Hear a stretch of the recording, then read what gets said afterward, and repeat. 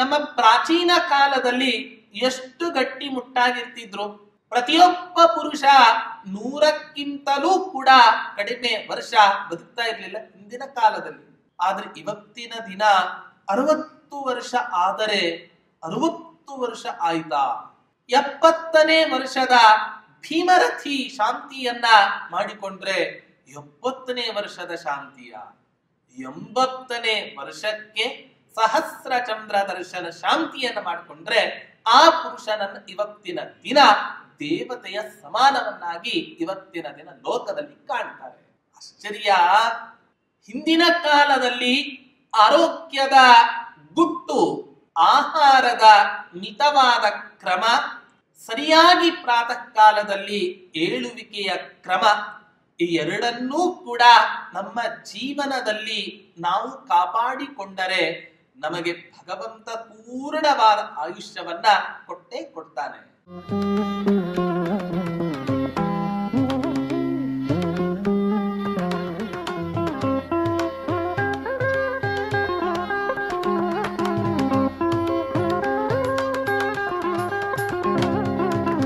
ಪೂಜ್ಯಾಯ ರಾಘವೇಂದ್ರಾಯ ಸತ್ಯ ಧರ್ಮರತಾಯ ಚ ಭಜತಾಂ ಕಲ್ಪವೃಕ್ಷಾಯ ನಮತಾಂ ಕಾಮಧೇನವೇ ಧ್ರುವಾದಿಧ್ವಾಂತರವಗೆ ವೈಷ್ಣವೇಂದೀ ವರೇಂದವೇ ಶ್ರೀ ರಾಘವೇಂದ್ರ ಗುರವೇ ನಮೋ ಅತ್ಯಂತ ದಯಾಲವೇ. ಶ್ರೀ ಗುರುಭ್ಯೋ ನಮಃ. ಹರಿ ಓಂ. ಹೀಗೆ ಆ ಸೇತುವೆಯನ್ನ ವರ್ಣನೆ ಮಾಡ್ತಾ ಕವಿಗಳು ಹೇಳ್ತಾ ಇದ್ದಾರೆ.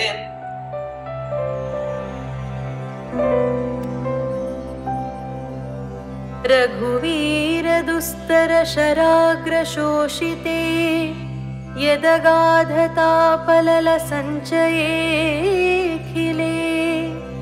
ಅತನಿಷ್ಠ ಸೇತುರದಸೀಯ ಪೃಷ್ಠತಃ ಸ್ಫುರದಸ್ಥಿ ವಂಶ ಇತಿ ಸಂಶಯಂ ಮುಹುಃ.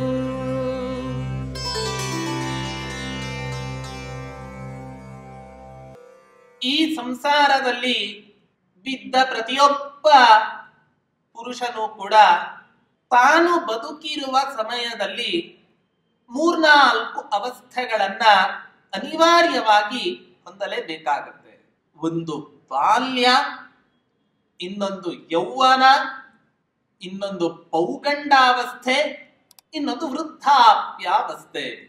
ಈ 4 ಅವಸ್ಥೆಗಳು ಕೂಡ ತನಗೆ ಅಪೇಕ್ಷೆ ಇಲ್ಲದಿದ್ದರೂ ಕೂಡ ಆ ಪ್ರಕೃತಿ ಬದ್ಧನಾಗಿರುವ ಕಾರಣದಿಂದ ಈ ಎಲ್ಲ ಅವಸ್ಥೆಗಳು ಕೂಡ ಅವನನ್ನ ವ್ಯಾಪಿಸಿಕೊಂಡು ಬಿಟ್ಟಿರ್ತಾವೆ. ಹೀಗಾಗಿ ಬಾಲ್ಯದಲ್ಲಿ ಆಟವಾಡಿ ಬೆಳೆದರೆ ಯೌವನ ಪೌಗಂಡಾವಸ್ಥೆಯಲ್ಲಿ ದೇಹದ ದಾರ್ಢ್ಯತೆಯನ್ನ, ಸ್ಥಿರವಾದ ಆರೋಗ್ಯವನ್ನ ಪ್ರತಿಯೊಬ್ಬ ಪುರುಷನು ಕೂಡ ಹೊಂದಲಿಕ್ಕೆ ಅಪೇಕ್ಷೆಯನ್ನ ಪಡ್ತಾನೆ.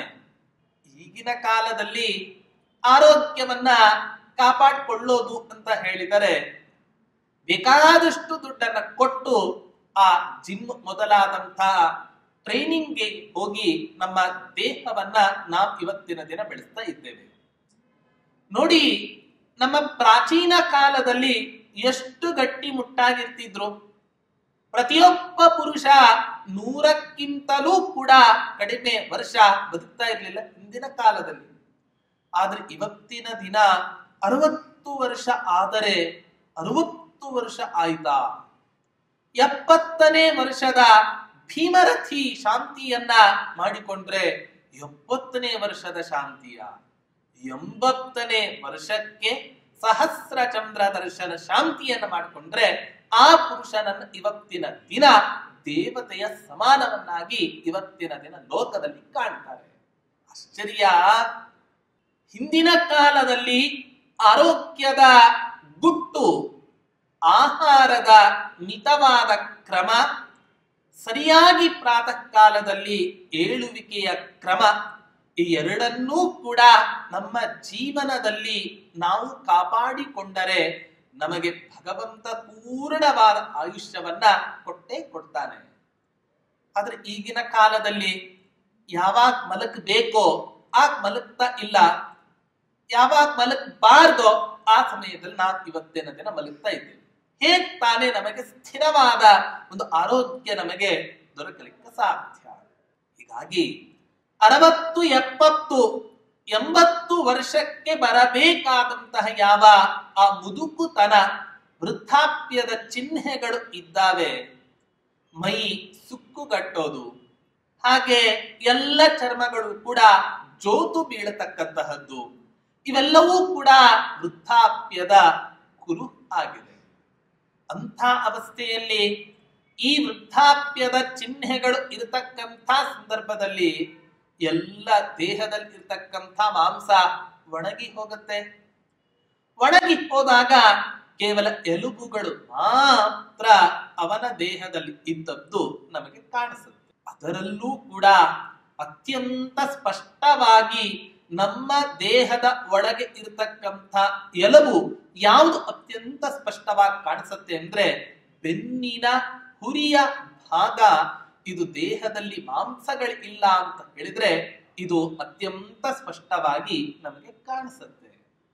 ಇದು ನಾವು ಲೋಕದಲ್ಲಿ ಇರತಕ್ಕಂಥ ಪ್ರತಿಯೊಬ್ಬ ಪುರುಷ, ಪ್ರತಿಯೊಬ್ಬ ಸ್ತ್ರೀ ಎಲ್ಲಿ ಆಗ್ತಕ್ಕಂತಹ ಪ್ರಾಕೃತಿಕ ಬದಲಾವಣೆಗಳನ್ನ ನಾವು ಇವತ್ತಿನ ದಿನ ಜಗತ್ತಿನಲ್ಲಿ ನೋಡ್ತಾ ಇದ್ದೇವೆ.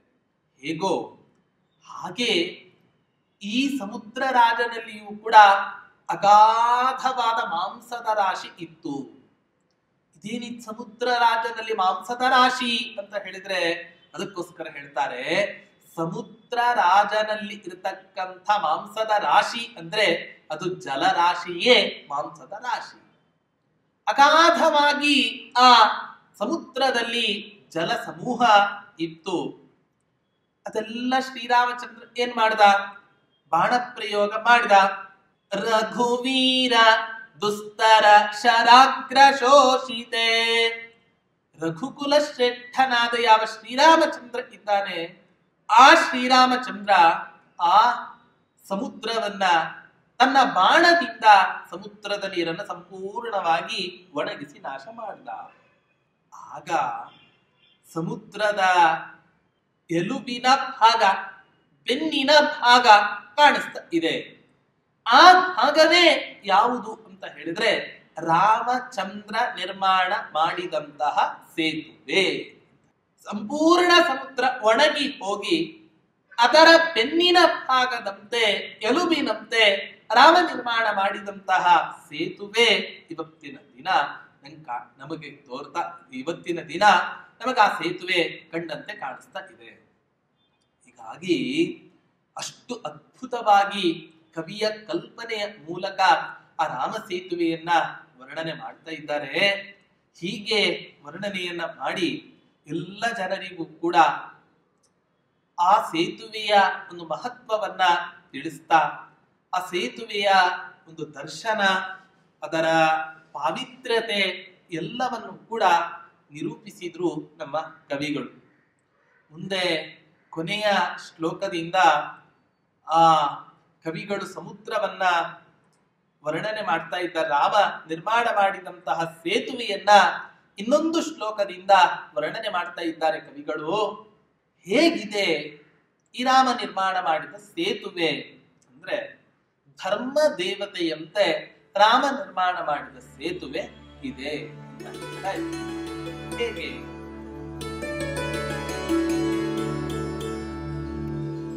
ಪರಿಶೇಷಿತಂ ಕಲಿಬಲೇನ ಯತ್ಪದಂ ಸುಕೃತಸ್ಯ ಯತಾತ ಭಯಂ ಯದಂತರೇ ಜಲದುರ್ಗಮೇತ್ಯ ಕಲಿತಾಪದುರ್ಗಮಂ ವಿಧುನೋತಿ ಸೇತುವಪುಷಾ ವಿರೋಧಿನಾ.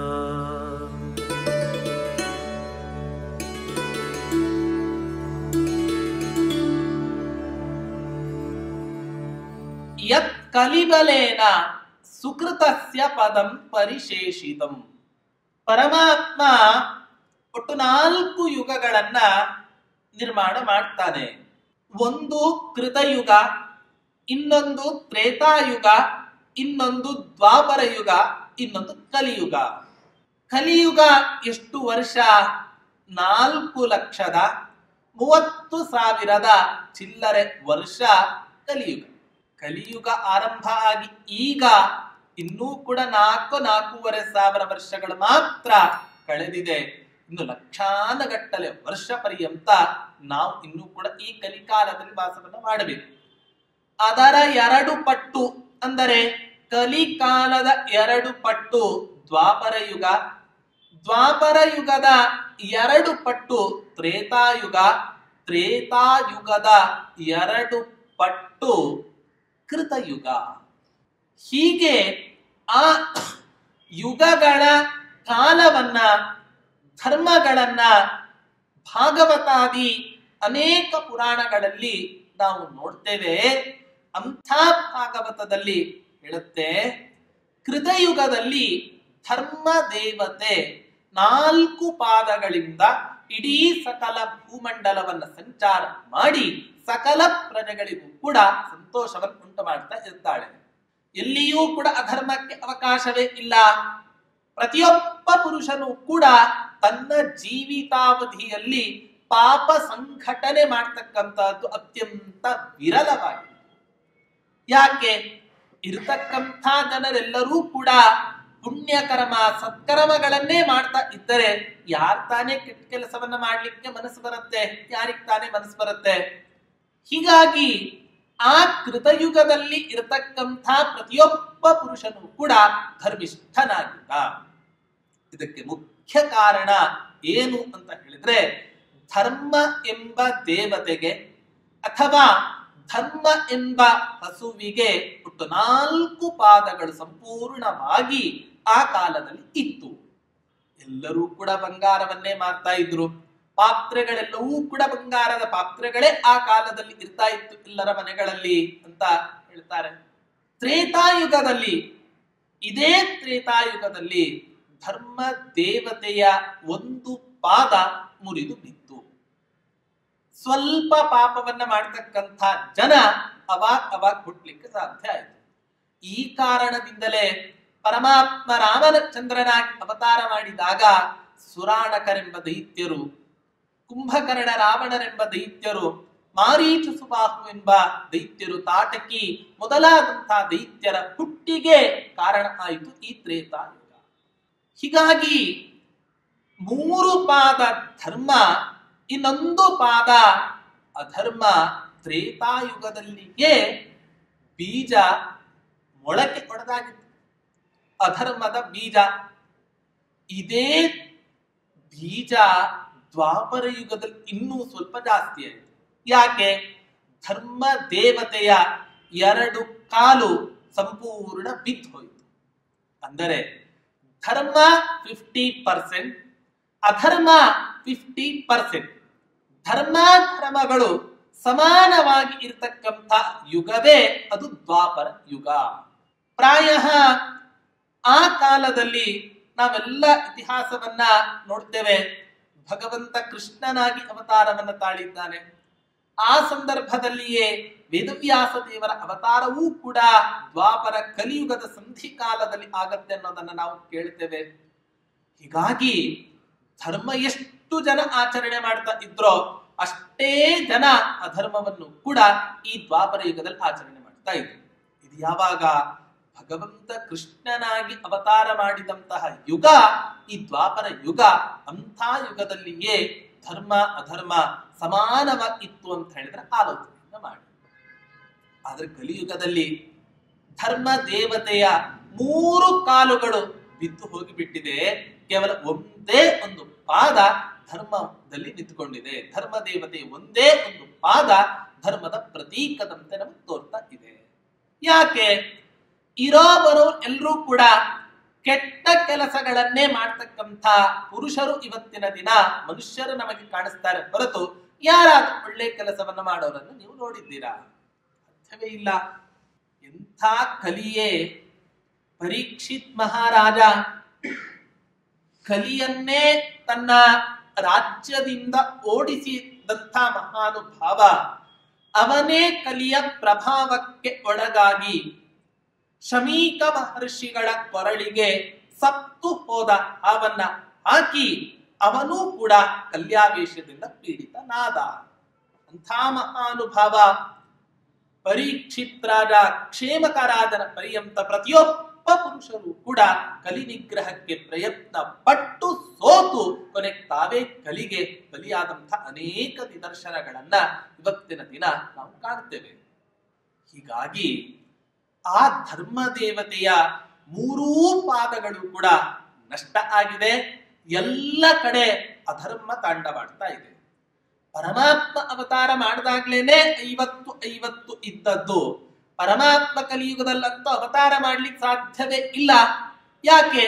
ಪರಮಾತ್ಮನಿಗೆ ತ್ರಿಯುಗ ಕೂತಿ ಅಂತ ಹೆಸರಿದೆ.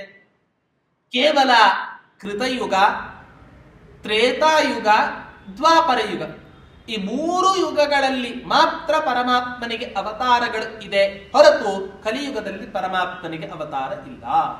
ಯದಾ ಯದಾ ಹಿ ಧರ್ಮಸ್ಯ ಗ್ಲಾನಿರ್ಭವತಿ ಭಾರತ ಅಭ್ಯುತ್ಥಾನಮ ಧರ್ಮಸ್ಯ ತದಾತ್ಮಾನಂ ಸೃಜಾಮ್ಯ ಸಂಭವಾಮಿ ಯುಗೆ ಯುಗೆ.